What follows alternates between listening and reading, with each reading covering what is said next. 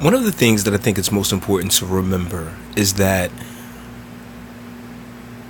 President Trump is damn near geriatric, Isn't he like 75, something along those lines? He is up there. He is of the generation that had a very hard time setting VCRs, if memory serves me correctly. It was two buttons, yet a running joke throughout the country was that, oh man, people keep their clocks flickering because they don't know how to change it, right? So you take people with that type of framework, that mentality, and you advance the tech so quickly, so fast that now they're doing things that they'd only read about in science fiction books.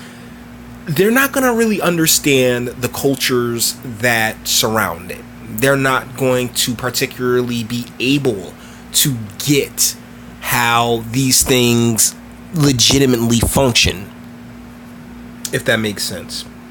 So President Trump had his press conference on what took place in El Paso, just basically over the weekend, where the media is doing their sensation. I mean, tragic as it is, the media has done a great job sensationalizing, and now there is calls for action. And, well, we're going to let them rock, and I will be chiming in.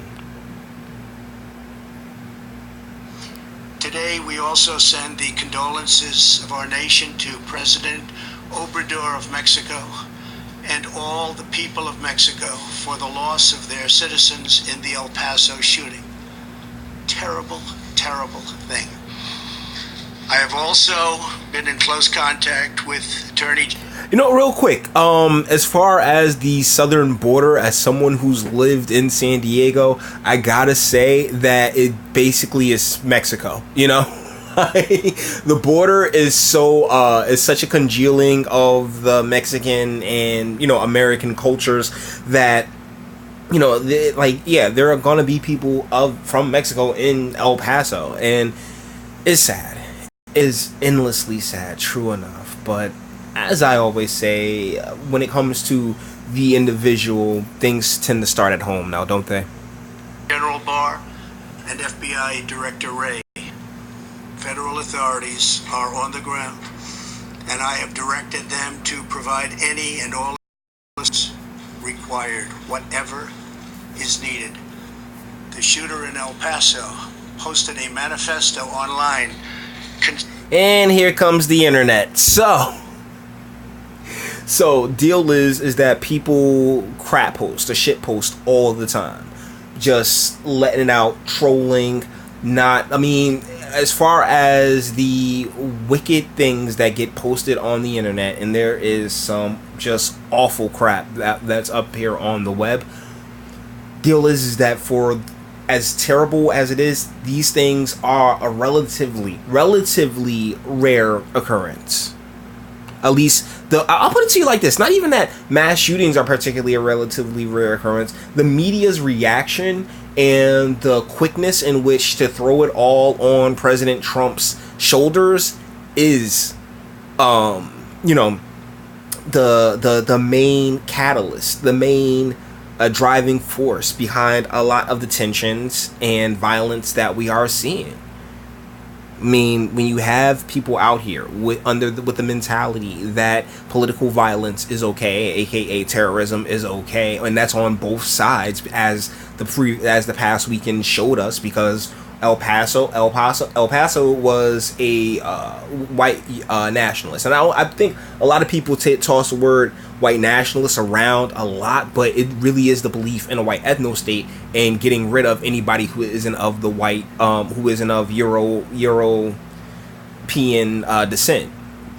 So, a lot of people just say, oh yeah, somebody who says, makes a racist joke, oh, well, they're a white nationalist. No. Like, it's because oftentimes people associated with labels aren't particularly of the label that they speak of. I think there was recently a study that came out where it said that most of millennials that claim that they're socialists don't even know what socialism is, So Oh my goodness, I hate to laugh, but you know what it is. You either laugh or we cry, right? Consumed by racist hate. In one voice, our nation must condemn racism, bigotry, and white supremacy. These sinister. But here's the thing. I think that it's more cultural than that. I mean, because when it comes to whites, I'm someone who's had white friends my entire life. Like, coming up where I came up, even coming up where I came up, I had white friends. It's not a matter of, race. It's a matter of culture, and a lot of the, honestly, America's reaping a lot of what it sowed back in the 60s when we when we changed a whole bunch of policies and legislative measures and ideas and thoughts, and, really started to go hard left into the different cultural norms. And here we are all these years later, and we have all these broken people that really, and in many cases, and this may sound a little cruel, but shouldn't even exist. Ideologies must be defeated. Hate has a place in America. Hatred warps the mind, ravages the heart, and devours the soul. We have asked the FBI to identify all further resources they need to investigate and disrupt hate crimes and domestic terrorism, whatever they need. So this is one of those instances where I feel like he's going hard to try and make it very clear that, hey, I'm not with this, which is something that technically I don't feel he has to do, because since he's been president, there's really nothing that anyone can point to and say he's done that literally boosts the white race, the quote-unquote white race, right? But I mean, even CNN had Richard Spencer on, and Richard Spencer was like, "Oh no, man! Like Trump ain't for us. Trump ain't for us." And there is a line of thought that says, because Trump's not doing what the white nationalists and those who truly do believe in white supremacy, because he's not doing things to further their cause, such incidents, will occur. We must recognize that the internet has provided a dangerous avenue to radicalize, disturb. Okay, let's be real. The people were always there. What any group on the internet does is provide echo chambers. I mean, you've seen Twitter, right? Golly, all any internet space does is basically provide echo chambers for those who, are of like minds and want to see things the same way. Which is why, you see Google talking about how, oh man, we gotta change 2020, right? And it goes to show how little impact the overall internet had on the election, because Google was all in for HRC. Literally everyone and their mother was in for HRC, and the veil has been lifted in a lot of ways. And so, whereas the internet is a fantastic tool, internet does create these echo chambers that people bounce ideas off of. It's not just these individuals. Compared to the amount of people that are in these chat rooms or that are in these spaces, trust me, it's not just the individual. Okay, it's not like you can't sit here and put it on the entire internet, if that makes more sense. And perform demented acts. We must shine light on the dark recesses of the internet and stop mass murders. Okay, and one of the best arguments that I've heard for that is that they'll just go someplace else. That's it. Like, as far as the internet goes, the internet moves faster than damn near anything. And so, while you're sitting here right now, Mr. President, consider the internet like prison, right? I mean, prisoners got all that time and capability to think of ways to get over on the guards. This is the exact same thing with the internet, Mr. President, as you stand here and speak of how, we're going to go and get to the darkest recesses of the internet, trust me, all they're going to do is keep moving. That's it. That's what the underground, that's why it's called the underground. Before they start. The internet likewise is used for human trafficking, illegal drug distribution, and so many other heinous crimes. Heinous crimes that honestly local and state authorities should definitely be knocking down on, as opposed to having this ridiculous drug war to go at. I mean, we've been doing the drug war thing for about, what, 30, 40, 50 years now? It feels like 50 years now. And it's produced absolutely nothing of merit, nothing of value. All it does is serve as a, satanic panic.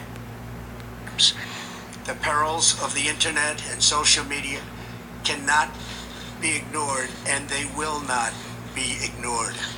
In the 2 decades since Columbine, our nation has watched with rising horror and dread as one mass shooting has followed another over. And here's the thing, Mr. President, Chicago kills those numbers. The hood, the inner cities that you were just speaking of last week, they kill these numbers. All of them. But because it happens in these areas and within these municipalities, it gets ignored.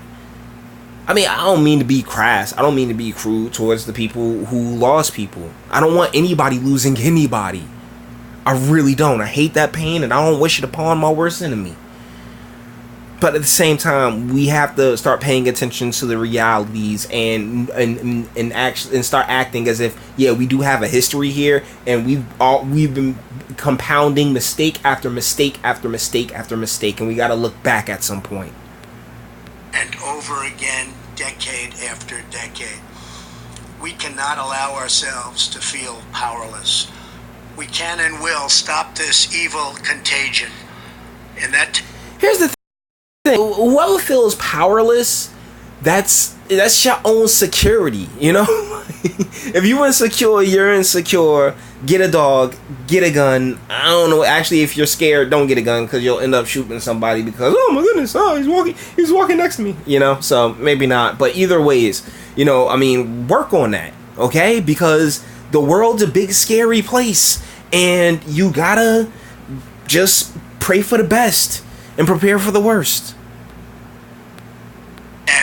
We must honor the sacred memory of those we have lost by acting as one people. Open wounds cannot heal if we are divided. But here's the thing, Mr. President. This isn't even on you. This is on the CNNs. This is on the MSNBCs. This is even on the Fox Newses, because trust me, Fox ain't what Fox used to be. I don't know why people keep acting like, well, Fox is this conservative bashing. Fox was initially Me Too'd. Stop playing, alright? Fox is, and Murdoch sold it. So let's not act as if Fox is what it was even a few years ago. These commentators, the people underneath your Twitter thread that just sit there and scream at you and talk about how racist and sexist and xenophobic you are, they are the ones fanning these flames just as hard as anyone. If anyone doesn't speak on race or anything else like that, it's been the president. Seek real bipartisan solutions. We have to do that in a bipartisan manner that will truly make America safer and better for all. First, we must do a better job of identifying and acting on early warning signs. I am directing the Department of Justice to work in partnership with local, state, and federal agencies, as well as social media companies, to develop...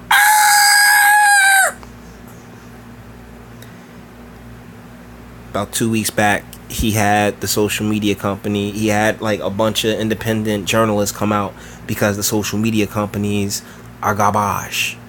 So yeah, Mr. President, what? Bruh,